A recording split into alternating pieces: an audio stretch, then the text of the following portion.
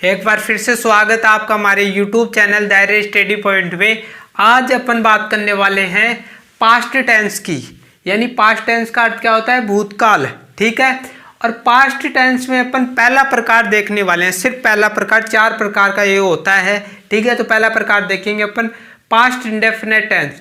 और इस past indefinite tense को सिंपल पास्ट टेंस भी बोला जाता है। ठीक है। भूतकाल क्या होता है कि अब जो मैं पढ़ा रहा हूं ना, इससे पहले जो बीत गया वो भूतकाल आएगा। यानी आप जो इस टाइम पढ़ रहे हो ना, उससे पहले जितनी भी घटना आपके साथ में घटित हुई हैं, जैसे कोई भी घटना हो, कल आप जयपुर गए थे, तो वो टेंस कौन सा होगा? Past tense. पास्ट टेंस जितनी भी प्रकार की घटनाएं होती हैं वो सारी की सारी पास्ट टेंस में आती हैं। तो ज़्यादा डिफिकल्ट नहीं है ये टॉपिक, वेरी इंपॉर्टेंट टॉपिक है। तो सबसे पहले ये बात आ रही है कि पास्ट इंडेफिनिट टेंस को पहचानेंगे कैसे? सिंपल पास्ट टेंस को अपन पहचानेंगे कैसे कि भाई वो पास्ट इंडेफिनिट टेंस है या नहीं है? तो वाक्य के अंत में कुछ देखना पड़ेगा अपन को, कुछ देखेंगे तभी तो पता चलेगा ना। तो सबसे पहले अपन को देखना पड़ेगा कि किसी वाक्य के अंत में यदि ता था, यानी ता था, ते थे, ती थी आदि वर्ण आए, जब आप समझ जाना कि वो टेंस पास्ट इंडेफिनिट टेंस है। जैसे मैं एक वाक्य लिखता हूं यहां पर कि वह जयपुर जाती थी,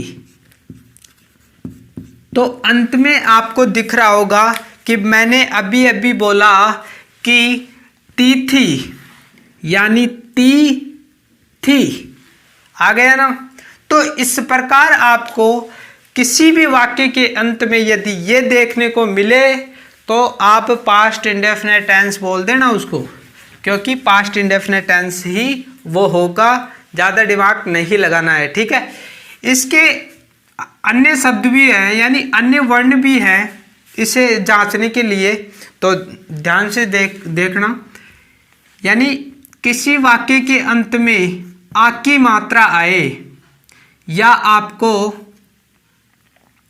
एक की मात्रा आए, या बड़ी ई की मात्रा आए, और उसके बाद था या इसी के स्थान पर थे आए या थी आए, यानी आ के बाद में यदि था आए, पहले ये समझ लो फिर मैं समझाऊंगा कि कैसे आए। ठीक है। आ के बाद में यदि था आए, एक की मात्रा उसके अंत में था आए, या बड़ी ई की मात्रा उसके अंत में था, थी, थे, कुछ भी आए, तो वो पास्ट इंडेफिनिट टेंस होगा। इसको मैं समझाने का प्रयास कर रहा हूं कि वह कल जयपुर गई थी। ठीक है।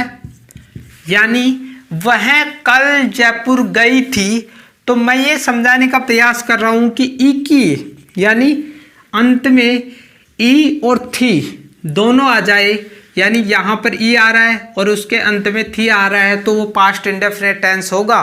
ठीक है। अब एक वाक्य और लिखता हूं कि वह कल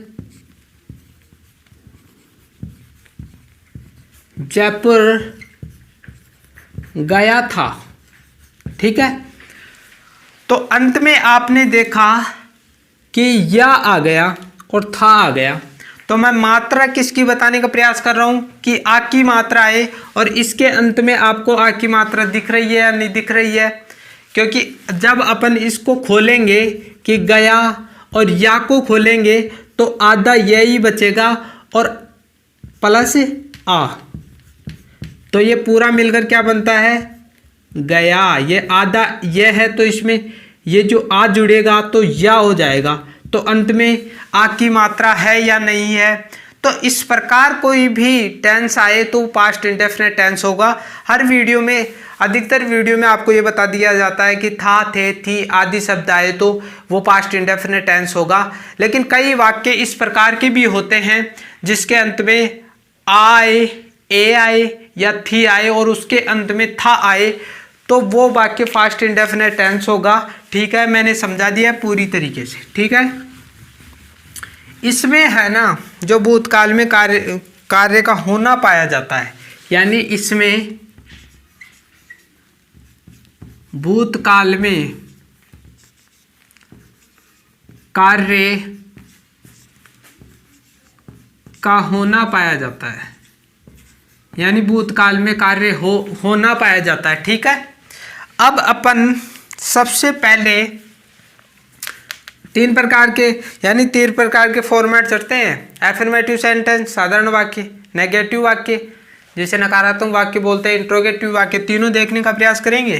ठीक है,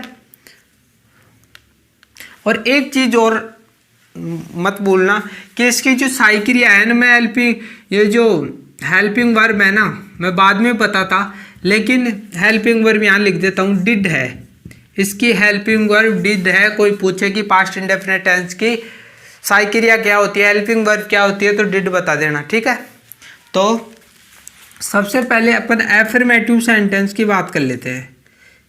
एफर्मेटिव सेंटेंस,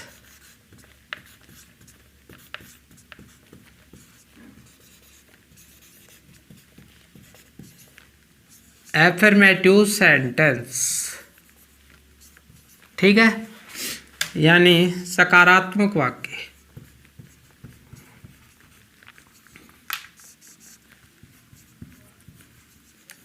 ठीक है, इसको साधारण वाक्य भी आप बोल सकते हो। तो साधारण वाक्य का छोटा सा फॉर्मेट चलता है। कितना सा? छोटा सा फॉर्मेट चलता है।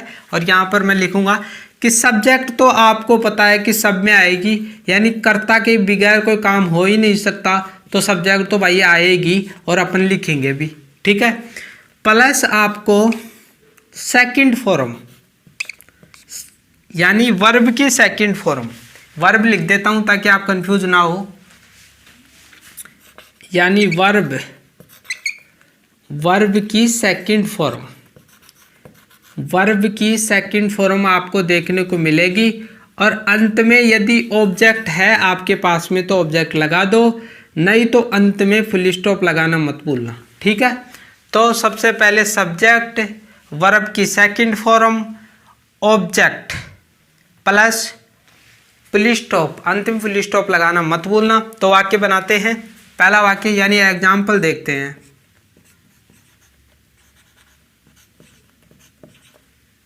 एग्जाम्पल्स देखते हैं। ठीक है, पहला वाक्य बनाते हैं।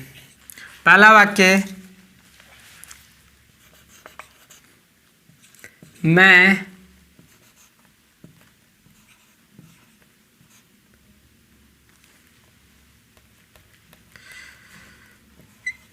फुटबॉल खेला, मैं फुटबॉल खेला। ठीक है, सबसे पहले तो ये पता करो कि कौन सा टेंस है। मैं बार बार, अब कोई वाक्य में देखो था नहीं आ रहा ना, लेकिन पास्ट इंडेफिनिट टेंस है ये। और मैंने अभी भी समझाया था कि किसी वाक्य के अंत में आ की मात्रा आए तो आप क्या बताओगे, यानी आ की मात्रा है कि नहीं इसके अंतर्गत। इसमें आधा लय हो जाएगा, जैसे खेला, यहाँ पर लिखूंगा खेला, तो इसको तोड़ोगे शब्द को तो खे, और ये आधा लय ही है, यानी आधा लय और आ। ठीक है, तो इसको अब जोड़ोगे तो खेला हो जाएगा। ठीक है, तो इस प्रकार वाक्य के अंत में आ रहा है तो ये पास्ट इंडेफिनिट टेंस होगा।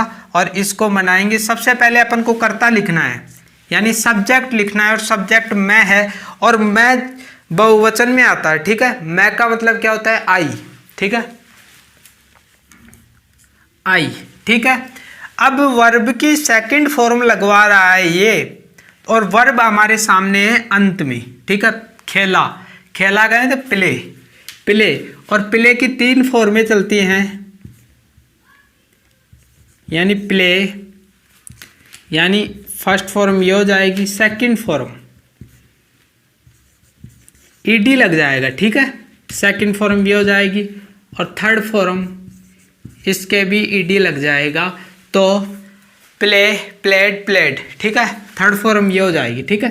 तो अपन को तो सेकंड फॉर्म लगानी है प्ले की, और प्ले की सेकंड फॉर्म यहाँ पर लगा देंगे, क्या दिक्कत है, प्लेड।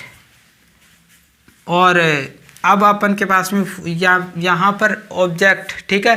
तो इसके बाद में ये फुटबॉल है ना, फुटबॉल की इंग्लिश लिख देंगे, क्या दिक्कत है,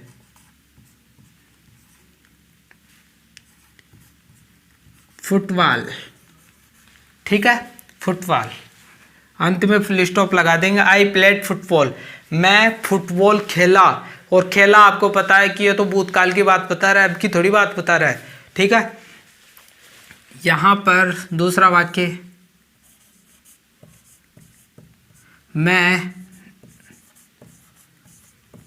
जयपुर गई थी, ठीक है। गई थी आ रहा है, यानी मैंने बताया कि ई आई और उसके अंत में था आए, ठीक है।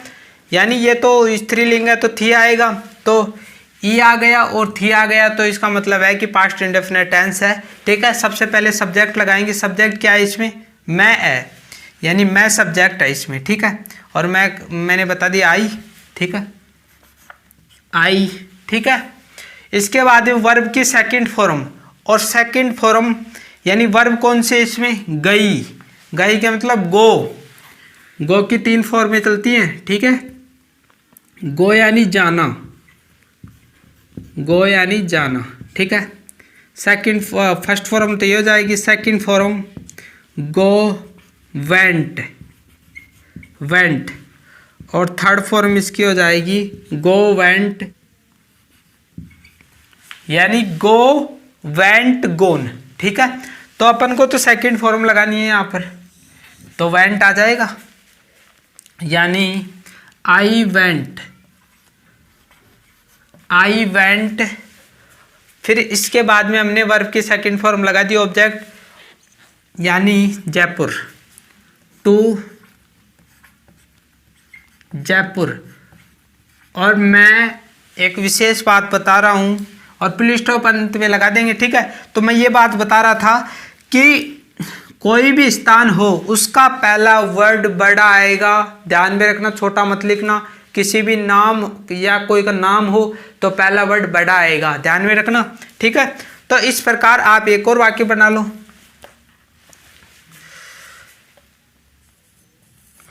ठीक है। तुम बाजार गए थे, ठीक है। तुम बाजार गए थे, कैसे पहचाने, अंत में आपको देखना, यानी अंत में आपको दिख रहा होगा कि ये की मात्रा है, ये, ठीक है। यानी इसको खोलेंगे तो ये ही बचेगा, ये और थे, यानी अंत में आ गया ना, मैंने बताया जो ही, ठीक है। तो ये पास्ट इंडेफिनिट टेंस हो गया। और सबसे पहले अपन को सब्जेक्ट लगाना है। सब्जेक्ट अपन को पता है तुम है, यानी सब्जेक्ट तुम है, और तुम पता होना चाहिए कि तुम बहुवचन की सब्जेक्ट है, बहुवचन है तुम, ठीक है। तो यहाँ पर बनाएंगे सबसे पहले यू, ठीक, यू। इसके बाद में वर्ब की सेकंड फॉर्म, वर्ब इसमें है गया, ठीक है। गया यानी गो, गो यानी जाना, सेकंड फॉर्म वेंट लगा देंगे, ठीक है, वेंट लगा दिया। फिर इसके बाद में बाजार बचा, बाजार लगा देंगे, टू, टू लगाना मत भूलना, टू मार्केट, टू मार्केट। और अंत में फुल स्टॉप लगा देना, यू वेंट टू मार्केट, यानी तुम बाजार गए थे। तो अपन ने एफर्मेटिव सेंटेंस का जो फॉर्मेट होता है उसके अनुसार वाक्य बनाने का प्रयास किया। आशा करता हूँ आपको वीडियो अच्छा लग रहा होगा। अब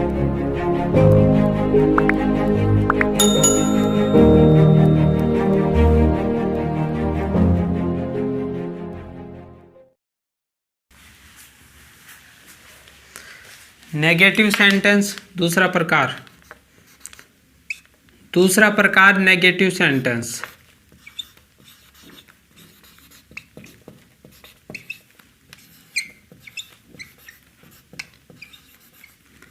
नेगेटिव सेंटेंस नकारात्मक वाक्य। ठीक, नेगेटिव सेंटेंस का फॉर्मेट मैं बताऊंगा, यानी रूल, किस रूल से अपन बनाएंगे। ठीक है, तो रूल है सबसे पहले सब्जेक्ट तो आएगा। ठीक है, उसके बाद में इसमें साई क्रिया लगानी पड़ेगी। ठीक है, क्योंकि नोट के पहले अपन को साई क्रिया लगानी पड़ेगी, और मैंने बताया था कि इसकी साई क्रिया क्या है, डिड है।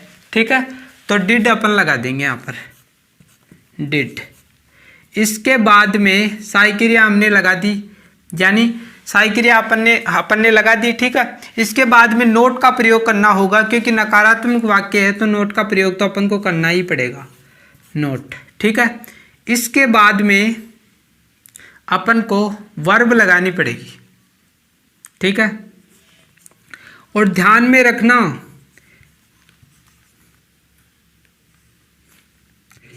ठीक है, उसके बाद में यदि आपके पास में ऑब्जेक्ट है लगा दो, नहीं तो फुल स्टॉप लगाना मत भूलना।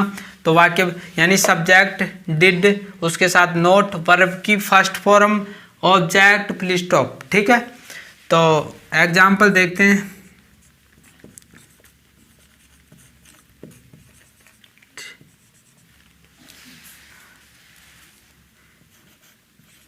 वह जयपुर नहीं गया था।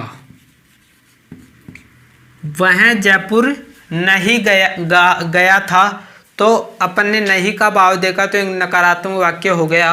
और इसको बनाएंगे अपन, सबसे पहले अपन को सब्जेक्ट लगाना है, और सब्जेक्ट वह है इसमें, क्योंकि मैं बार बार बताता रहता हूं कि जब आपको कर्ता पता करना हो वाक्य का, तो आप क्रिया से क्वेश्चन करो, कौन जो वर्ड है उससे क्वेश्चन करो कि जयपुर कौन नहीं गया, जयपुर कौन नहीं गया, वह नहीं गया, तो कर्ता आ जाएगा, वह कर्ता है। और यहाँ पर ही का प्रयोग होगा या सी का प्रयोग होगा, ये देखा जाएगा कि वाक्य को जो चला रहा है, जो करता है, वो स्त्रीलिंग का है या पुल्लिंग का है। तो वाक्य को पढ़ो एक बारी, वह जयपुर नहीं गया था नहीं गया था, तो इसका मतलब ये तो वाई पुल्लिंग ही है, तो यहाँ पर ही का प्रयोग किया जाएगा। ही सब्जेक्ट हमने लगा दी, अब डिड का प्रयोग करेंगे तो डिड लगा देंगे, डिड। ठीक है, इसके बाद में नोट बोलने को कह रहा है तो यहाँ पर नोट लगा देंगे, नोट। अब ये बता रहा है कि वर्ब की फर्स्ट फॉर्म लगानी है अपन को। ठीक है, वर्ब की फर्स्ट फॉर्म लगाएंगे अपन, लेकिन सबसे पहले जो वर्ब है वो तो पता होनी चाहिए वाक्य में वर्ब कौन सी है। तो वर्ब यहाँ पर गया वर्ब है, गया का मतलब जाना, गो वेंट गॉन। ठीक है, गो वेंट गॉन, तो अपन को फर्स्ट फॉर्म लगानी है। ठीक है, फर्स्ट फॉर्म लगानी है तो गो लगा देंगे, गो। इसके बाद में बच गया जयपुर टू जयपुर। ठीक है, तो ये विशेष बात ध्यान रखना कि डिड के साथ हमेशा फर्स्ट फॉर्म आती है। मैं बार बार रिपीट कर रहा हूं क्योंकि यहाँ पर गलती होने की संभावना होती है। अपन सेकंड फॉर्म लगा देते हैं, लेकिन डिड के साथ हमेशा फर्स्ट फॉर्म का प्रयोग होगा, ध्यान में रखना।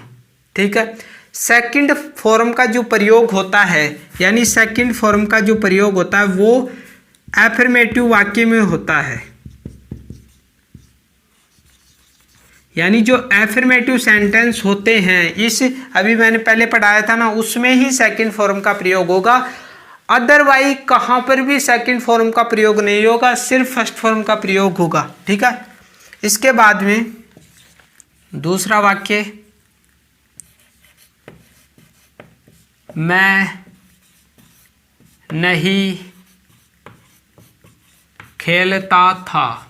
ठीक है, मैं नहीं खेलता था, तो सब्जेक्ट ये है, इसमें सबसे पहले सब्जेक्ट लगाएंगे तो आई, बहुवचन यानी आई बहुवचन होता है। और इसके बाद में डिड का प्रयोग, इसके बाद में नोट का प्रयोग करने को बोल रहा है, वाह, वो नोट का प्रयोग कर दिया। वर्ब की फर्स्ट फॉर्म लगानी है, तो खेलता यानी खेलता की फर्स्ट फॉर्म तो प्ले ही होती है, प्ले। सेकंड फॉर्म इसके ईडी लग जाएगा, और थर्ड फॉर्म में भी इसके ईडी लगेगा, प्लेड हो जाएगा यानी। ठीक है, तो फर्स्ट फॉर्म हमने लगा देंगे प्ले। ठीक है, प्ले, और अंत में फुल स्टॉप लगा देंगे। आई डिड नॉट प्ले, मैं खेलता नहीं हूँ। ठीक है, तो इस प्रकार आप वाक्य बना लोगे। ठीक है, अब मैं इसको मिटाता हूँ। ठीक है, और वाक्य आप है ना जो प्रैक्टिस करते रहना, क्योंकि वीडियो लंबी हो जाती है। ये फॉर्मेट चलेगा, इस फॉर्मेट के आधार पर आप 100 वाक्य बना सकते हो, बहुत सारे वाक्य बना सकते हो, 100 ही नहीं, बहुत सारे वाक्य बना सकते हो, आपकी प्रैक्टिस पर है। ठीक है, तो इस प्रकार आप बनाते रहो।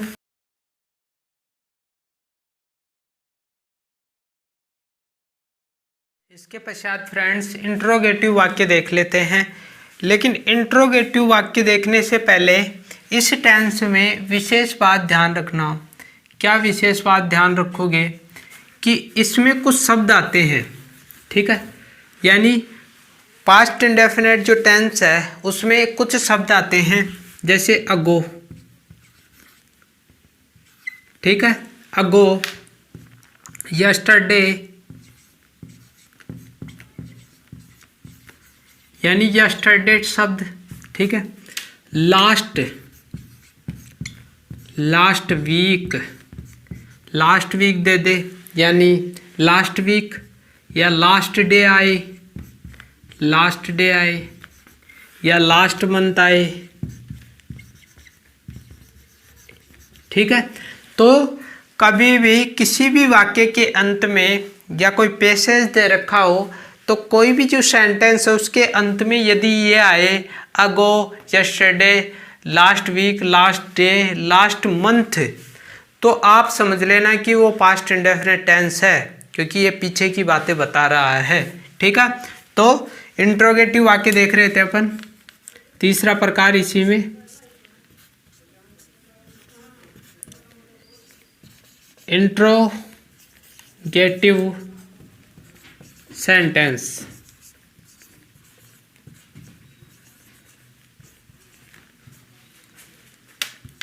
प्रश्नवाचक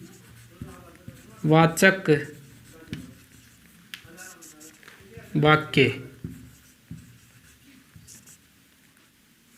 ठीक है, इंट्रोगेटिव सेंटेंस।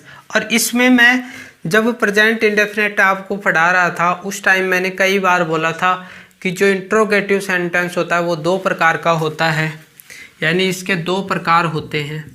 ठीक है, जब वाक्य के पहले यानी शुरू में ही क्या आ जाए, एक तो ऐसा वाक्य, और वाक्य के बीच में कुछ ऐसे वाक्य, दूसरे प्रकार के वाक्य, जैसे बीच में आपको क्या, कहाँ, कैसे, कौन, ये शब्द आपको देखने को मिले तो उसमें दूसरा फॉर्मेट चलेगा। ठीक है, तो जब वाक्य के शुरू में क्या आए तब कौन सा फॉर्मेट चलेगा।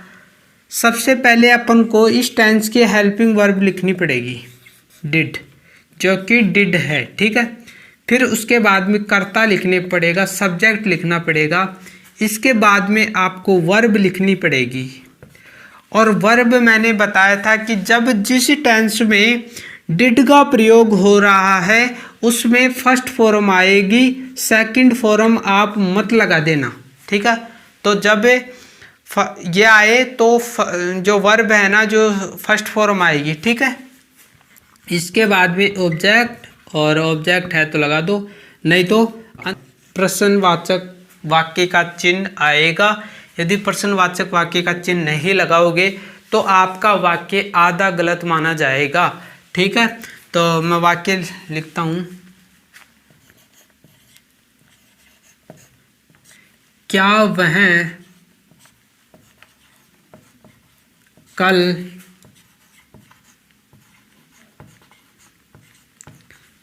अजमेर गया? क्या वह कल अजमेर गया? ठीक है, तो शुरू में आपको क्या देखने को मिलेगा, तो ये फॉर्मेट अपन को अपनाना है। ठीक है, ये फॉर्मेट अपनाना है। सबसे पहले अपन को डिड का प्रयोग करना है, तो डिड लगा देंगे अपन। सबसे पहले डिड का प्रयोग इसमें करना होगा। ठीक है, फिर उसके बाद में सब्जेक्ट, और अपन को पता है कि सब्जेक्ट वह है और इसमें पुल्लिंग है तो ही का प्रयोग करेंगे। यानी जब पुल्लिंग होता है तो या कोई वह है तो ही का प्रयोग होता है पुल्लिंग के लिए। ठीक है, और यदि स्त्रीलिंग होगा तो सी का प्रयोग करते हैं। तो यहाँ तो पुल्लिंग है तो ही का प्रयोग ही अपन करेंगे। ठीक है, ही। इसके बाद में वर्ब की फर्स्ट फॉर्म अपन लगाएंगे यहाँ पर। तो यहाँ पर वर्ब कौन सी है? गया, और गया का मतलब गो। ठीक है, गो, वेंट, गोन। ठीक है, तो फर्स्ट फॉर्म ये है, सेकंड फॉर्म ये है, थर्ड फॉर्म ये है। बार बार बता रहा हूँ, गो। ठीक है, तो फर्स्ट फॉर्म लगा देंगे गो। ठीक है, गो। इसके बाद में ऑब्जेक्ट यानी सब कुछ लगा दिया, अब अजमेर बचा। और जब जाते हैं तो टू का प्रयोग करते हैं, गो टू। पहला वर्ड हमेशा बड़ा, क्योंकि ये स्थान है, तो अजमेर। ठीक है, अजमेर यानी did he go to Ajmer. Last में अपन को प्रश्नवाचक चिन्ह लगाना पड़ेगा, नहीं तो हमारा वाक्य गलत समझा जाएगा। इसके बाद में एक और बना लेते हैं इसी प्रकार का वाक्य। क्या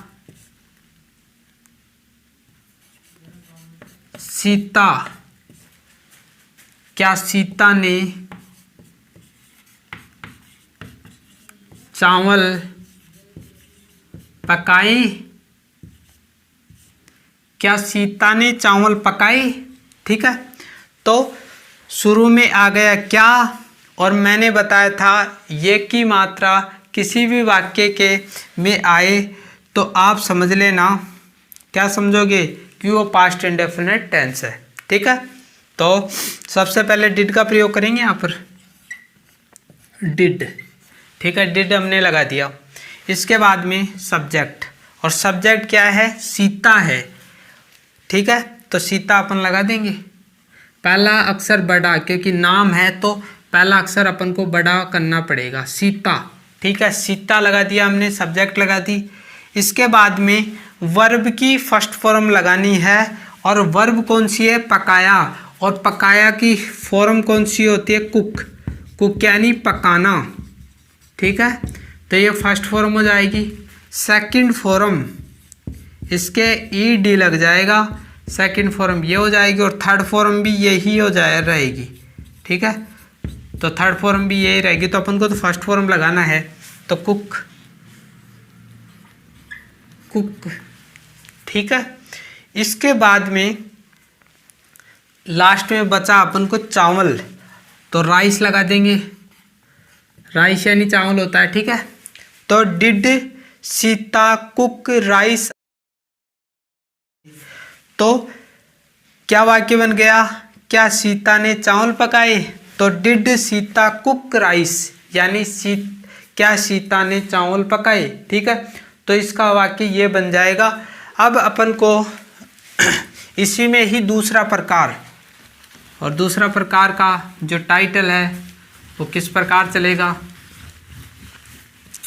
यानी किसी वाक्य के बीच में क्या, कहाँ, कैसे, यदि ऐसे आए तो अपन को ये फॉर्मेट अपनाना है। दूसरा फॉर्मेट इसी में, क्या, कहाँ, कैसे, इस प्रकार के जो शब्द आए तो उसमें कौन सा फॉर्मेट चलेगा? फॉर्मेट अपन को लगाना पड़ेगा। सबसे पहले WH शब्द, उसके बाद में हेल्पिंग वर्ब, उसके बाद में सब्जेक्ट जो करता है, उसके बाद में वर्ब की जो वर्ब है उसकी फर्स्ट फॉर्म लगानी पड़ेगी। इसके बाद आपका ऑब्जेक्ट, इसके बाद प्रश्नवाचक चिन्ह। ठीक है, तो मैं वाक्य लिखता हूं।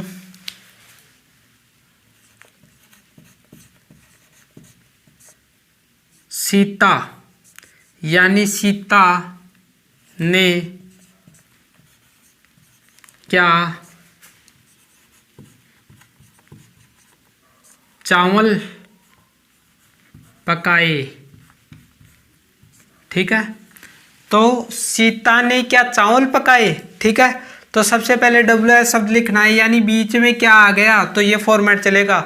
यहाँ पर यदि वाक्य ये आता कि कहाँ, कैसे, कौन, तो ये फॉर्मेट चलेगा। तो WH यानी WH शब्द आएगा सबसे पहले। WH शब्द यानी क्या, क्या की स्पेलिंग क्या होती है, वाट, वाट। ठीक है, वाट हेल्पिंग वर्ब, और हेल्पिंग वर्ब डिड, डिड इसके हेल्पिंग वर्ब होती है तो डिड लगा देंगे। ठीक है, डिड। फिर इसके बाद में सब्जेक्ट लगाएंगे। सब्जेक्ट इसमें है सीता। ठीक है, तो सीता का पहला अक्षर बड़ा होगा, सीता। ठीक है, इसके बाद में वर्ब की फर्स्ट फॉर्म, और वर्ब पकाना यानी कुक, तो फर्स्ट फॉर्म कुकी है, कुक। ठीक है, इसके बाद में बचा राइस यानी चावल, राइस, और अंत में फिलिस्ट वो प्रश्नवाचक चिन्ह लगा देंगे। तो what did Sita cook rice, यानी सीता ने क्या चावल पकाए। ठीक है, तो इस प्रकार के टेंस यहाँ पर चलते हैं। कुछ एक और वाक्य बना लेते हैं कि वह कहाँ खेलने जाता था। ठीक है, वह कहाँ खेलने जाता था, तो पहले बीच में आ गया ना कहाँ। ठीक है, तो सबसे पहले WH शब्द लगाना है, और WH शब्द यही है, यानी कहाँ। कहाँ की स्पेलिंग क्या होती है, वेहर, वेहर। ठीक है, वेहर। इसके बाद में हेल्पिंग वर्ब, और इस टेंस के हेल्पिंग वर्ब है डिड।